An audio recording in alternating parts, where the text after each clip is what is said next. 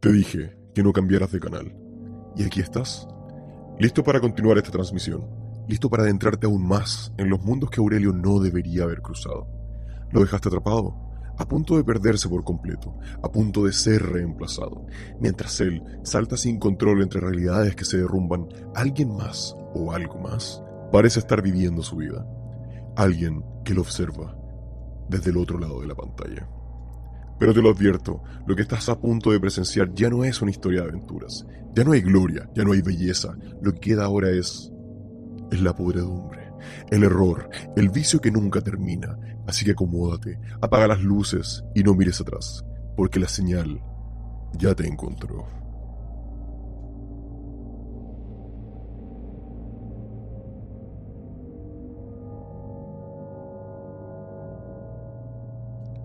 Aurelio dejó de intentar regresar. El apartamento era ahora solo una estación de paso, un vestigio innecesario de un mundo que ya no le ofrecía nada. Los viajes eran cada vez más prolongados, días enteros, semanas tal vez, aunque su percepción del tiempo se había disuelto hacía mucho. Los saltos eran naturales, inmediatos, como si el televisor y él se hubiesen fusionado en un solo mecanismo. Había dejado de buscar aventuras. Ahora, el televisor le mostraba mundos por voluntad propia. Apenas encendía el aparato, las señales lo arrastraban hacia adentro sin darle oportunidad de elegir. Lo que antes parecía un acto voluntario era ahora una inercia brutal que lo tragaba por completo. Pero Aurelio no se resistía. ¿Para qué? El otro lado era su vida real. Aquí afuera solo quedaban sus huesos marchitos, su carne amarilla y sus ojos secos. El apartamento comenzó a deteriorarse aún más.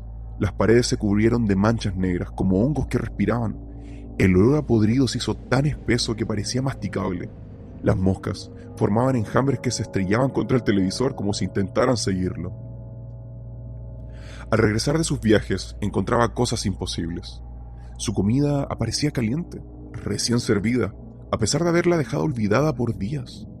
El cenicero estaba limpio, las cervezas llenas, como si alguien estuviera viviendo allí, en su lugar. Al principio pensó que era parte de su confusión, el precio de haberse sumergido tanto en otros mundos, pero los indicios comenzaron a multiplicarse. Una vez encontró el espejo del baño empañado, con el nombre Aurelio escrito con un dedo tembloroso. Otra vez escuchó la ducha funcionando, aunque llevaba días sin abrir el grifo. Lo peor fue cuando encontró la puerta principal entreabierta y juraba haberla dejado cerrada. Al mirar por la mirilla, creyó ver a alguien alejándose por las escaleras. Las visitas a los otros mundos comenzaron a cambiar también. Las aventuras ya no eran tan nítidas. Los personajes parecían conscientes de él, pero no como antes. Ahora lo miraban con lástima, con compasión, como si supieran que estaba atrapado. En un mundo de ciencia ficción, la mujer de los ojos dorados con la que había compartido tantas batallas se le acercó una noche y le susurró: «Ya no puedes volver, Aurelio. Aquí es donde perteneces». En otro salto, dentro de un romance donde revivió su vieja historia de amor con una mujer del café parisino, notó que sus ojos ya no reflejaban afecto, sino una tristeza profunda, resignada. «Quédate», le dijo ella. «Aquí podremos ser felices. Allí ya no eres nadie». Aurelio comenzó a entrar a los mundos sin saber cómo. A veces ni siquiera encendía la televisión conscientemente. Solo se sentaba en su sillón y despertaba ya. Los mundos empezaron a mezclar sus límites. En un escenario bélico encontró el café parisino cubierto de ruinas. En un mundo deportivo, los estadios estaban vacíos y cubiertos de niebla. En un mundo de aventuras, los enemigos llevaban las caras de sus antiguos aliados. El hombre sin rostro comenzó a seguirlo en todos los canales. Ya no se ocultaba, ya no era una silueta distante. Ahora estaba cerca, demasiado cerca, siempre observándolo, siempre acompañándolo en silencio. Una noche, después de un salto especialmente largo, Aurelio regresó al apartamento y sintió que había alguien allí. El televisor estaba apagado, la comida caliente sobre la mesa, el cenicero limpio. Al pasar frente al espejo, notó que la sonrisa que se reflejaba en el cristal no era la suya. Era más amplia, más torcida, como una mueca que no le pertenecía. Cuando intentó tocar el vidrio, la imagen del otro lado no lo imitó. Se quedó sonriendo, se quedó mirándolo, Aurelio gritó, retrocedió y cuando regresó corriendo al televisor, la pantalla ya estaba encendida. Mostraba su sala, su sillón, mostraba su vida. Pero en la imagen, él seguía sentado como si nunca se hubiese levantado. El otro Aurelio sonreía, tomaba la cerveza, encendía un cigarrillo, vivía su vida. Aurelio tocó la pantalla. El vidrio estaba frío, pero su mano se hundió con facilidad, como siempre. Pero esta vez no fue él quien decidió. Esta vez fue la televisión la que lo jaló. Los canales comenzaron a cambiar solos. Las escenas pasaban de una a otra sin orden. Mundos inconexos, ruinosos, deformes. La televisión no lo dejaba elegir. Ya no había salida, ya no había control. El hombre sin rostro comenzó a hablarle. Su voz era la suya, su tono era idéntico. Yo ya salí. Tú te quedas. Y lo peor es que Aurelio sentía que, en el fondo, eso era lo que siempre había querido. Aurelio ya no sabía cuánto tiempo había pasado desde que dejó de vivir en su propio mundo. Lo que alguna vez fue su apartamento se había convertido en una estación gris, un vestigio, un mero pasillo entre canales. Cada vez que regresaba, si es que aún podía llamarse de regresar, encontraba su cuerpo más deteriorado, como si el tiempo en su mundo avanzara a una velocidad cruel, mientras él se sumergía en las otras realidades. Sus músculos estaban consumidos, sus huesos sobresalían bajo la piel como perchas rotas, y sus manos temblaban tanto que a veces no lograba sostener el control remoto. Pero ya no lo necesitaba. La televisión decidía por él. Los canales comenzaron a cambiar sin que Aurelio los tocara. Las transiciones se volvían erráticas, violentas, como si alguien más estuviera girando la perilla desde el otro lado. Los mundos ya no eran lo que eran. En un canal que solía ofrecerle aventuras épicas, apareció en una ciudad de rascacielos podridos, con edificios que lloraban un líquido viscoso desde sus ventanas rotas. Los autos, flotantes, chocaban sin conductor, giraban como insectos moribundos.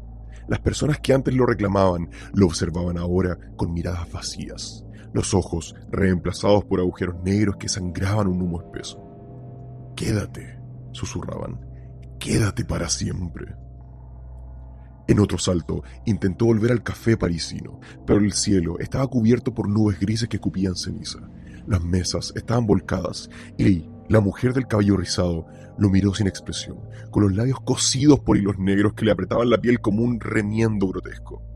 Ella no hablaba, solo lo señalaba. Detrás de ella, el hombre sin rostro lo observaba. Su silueta era ahora más nítida, más corpórea, más suya. Los escenarios comenzaron a fundirse entre sí, como si los canales hubieran perdido sus límites. En medio de un estadio deportivo vacío, encontró las ruinas del café. En los pasillos de un hospital futurista, escuchó los aplausos de las multitudes que solían aclamarlo. En una escena de batalla, sus propios aliados lo atacaron al grito de «¡Tú ya no eres tú!». El tiempo también se rompió. En algunos mundos, Aurelio era joven y fuerte, pero al regresar se encontraba aún más demacrado que antes. En otros, entraba con la ropa de su apartamento y aparecía vestido con uniformes ajenos. A veces, saltaba entre mundos sin transición. Un parpadeo lo llevaba de una fiesta a una guerra, de un amanecer a una tormenta de ceniza, de una escena de romance a un pasillo oscuro donde solo se escuchaban sus propios pasos. Cada vez que intentaba salir, el televisor lo empujaba a otro canal. Cada vez que suplicaba volver, la estática le respondía con un zumbido que se parecía a una risa. Y cuando por fin regresaba al apartamento, las cosas eran peores. Una noche encontró las cortinas cambiadas, de color azul, cuando siempre habían sido beige. Las sábanas de su cama estaban limpias y planchadas. La basura había desaparecido. El cenicero estaba lleno, pero las colillas no eran suyas, eran de otra marca. Y el televisor ya no estaba tan sucio. Alguien lo había limpiado. Aurelio se sintió como un intruso en su propia casa, como si fuera una sombra que entraba por accidente en la vida de otro. Y entonces, una noche, mientras el televisor mostraba la señal de siempre, su propia sala, su sillón, su vida, vio algo que lo paralizó. Él estaba allí, sentado, comiendo, viviendo. La copia, el otro Aurelio. La imagen de la pantalla lo miró, como si supiera que estaba siendo observado, y la copia le sonrió. Esa mirada torcida, desacomodada, con los dientes un poco más grandes, un poco más afilados, un poco más ajenos. El otro Aurelio tomó el control remoto y cambió de canal. Y Aurelio sintió como, sin control, era succionado a otro mundo. Ya no era el dueño de sus viajes, ya no podía elegir. El televisor decidía por él, o quizás él ya era parte de la televisión. En un mundo devastado, con las calles cubiertas por charcos de sangres, Aurelio gritó, pero no salió sonido de su garganta, y al voltear vio al hombre sin rostro, con un rostro, su rostro. El hombre se acercó, le tocó el hombro y le susurró con su propia voz, yo soy tú, tú eres mío. Aurelio intentó correr, saltó de canal en canal, pero ya no había regreso. Los mundos lo arrastraban como un remolino de carne, hueso y estática, y cada salto lo llevaba a escenarios más podridos, más vacíos, más corruptos. La ciudad futurista era ahora un basural, el café parisino un esqueleto calcinado, el estadio deportivo una fosa llena de cadáveres. Todos los personajes lo miraban, con las mismas cuencas vacías, todos lo señalaban. Tú, ya no eres tú. Tú ya no puedes saltar. Tú ya no puedes decidir. El televisor zumbaba sin descanso y la copia, allá afuera, seguía viviendo. Aurelio se dio cuenta de que ya no recordaba cómo se veía a sí mismo. Solo recordaba las caras de los mundos que lo atrapaban, y el rostro que veía en los reflejos ya no le pertenecía. Ya no sabía si alguna vez había sido real. Los canales comenzaron a fallar con violencia. No eran solo las escenas incoherentes, ni los personajes repetidos, ni los escenarios corruptos. Era el sistema mismo, como si la maquinaria que regía los mundos dentro del televisor estuviera colapsando bajo el peso de su propia contradicción. Aurelio ya no entraba y salía, ya no había cortes ni pausas. El televisor lo tragaba en ciclos desordenados, como si alguien estuviese barajando su existencia al azar. El tiempo se hizo líquido. A veces pasaba horas en un mundo solo para encontrarse que, al volver al apartamento, la comida sobre la mesa aún estaba caliente. Otras veces, un simple pestañeo en la pantalla se traducía en semanas de putrefacción de su cuerpo real. El televisor comenzó a mostrar señales cruzadas. En un canal de ciencia ficción, mientras surcaba el cielo en una nave, escuchó la música del café parisino flotando en el aire. En una historia de aventuras, los enemigos usaban las ropas de su otro yo, ese que vivía afuera, ese que estaba sentado en el sillón, ese que sonreía. Los errores se hicieron grotescos. En medio de una batalla, los personajes empezaron a descomponerse, a doblarse sobre sí mismos, como carne derretida. Las calles de la ciudad se hundían en pozos de estática que devoraban los edificios. Las voces se mezclaban, se sobreponían, como si todos los guiones de todos los mundos se hubieran atascado en un solo canal. Los saltos dejaron de obedecer cualquier lógica. A veces, Aurelio despertaba en un mundo dentro de otro, en un sueño, dentro de un programa, dentro de una película. Los límites entre cada escenario se habían vuelto tan delgados que comenzaban a superponerse. Y cada vez, el hombre sin rostro estaba allí. Ya no solo le seguía, ahora hablaba, ahora le ordenaba. Tú ya no decides. Tú eres un canal. Tú eres la señal. En una de las peores transiciones, Aurelio apareció en su propio apartamento, pero algo no encajaba. El televisor estaba apagado. El cenicero estaba limpio. Las cortinas azules. Y él estaba sentado allí. El otro. La copia. Sonreía mientras sostenía una cerveza. Miró a Aurelio directamente, como si pudiera verlo a través de la pantalla, y habló, con su misma voz, pero cargada de un eco imposible. Este mundo es mío. Aurelio quiso tocar la pantalla, pero el vidrio esta vez no cedió. Golpeó, gritó, suplicó, pero la copia simplemente se levantó del sillón, apagó la televisión y desapareció tras la puerta. El aparato se llenó de estática. El zumbido creció hasta que se convirtió en un chillido penetrante. El televisor, entonces, comenzó a mostrar cosas que Aurelio no recordaba haber vivido. Imágenes de él mismo realizando acciones que jamás había hecho, salir a la calle, comprar comida, recibir visitas. El televisor le mostraba una vida que no era la suya. O quizás sí, pero no podía recordarlo. Todo se deshacía en sus manos.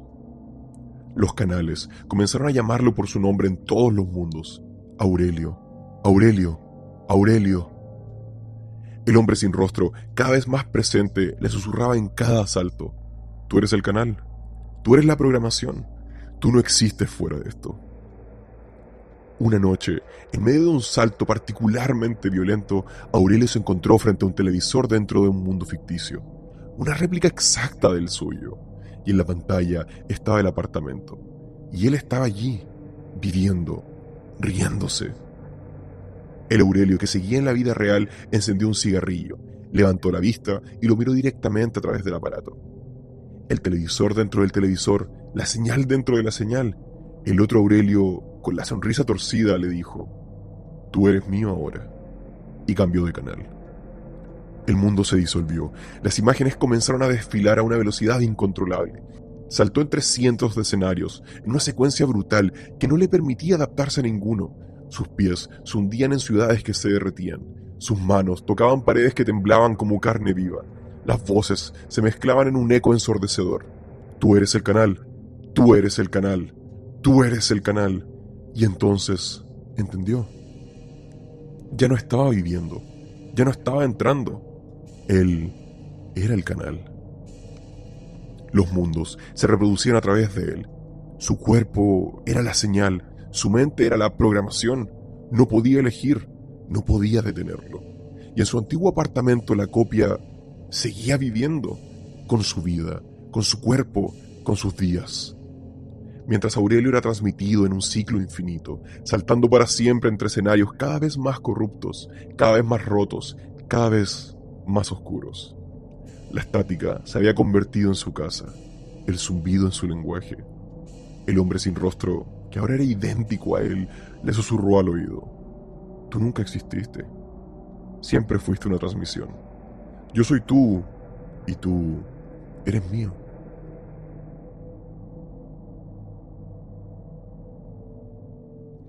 Años después, el departamento de Aurelio fue desalojado.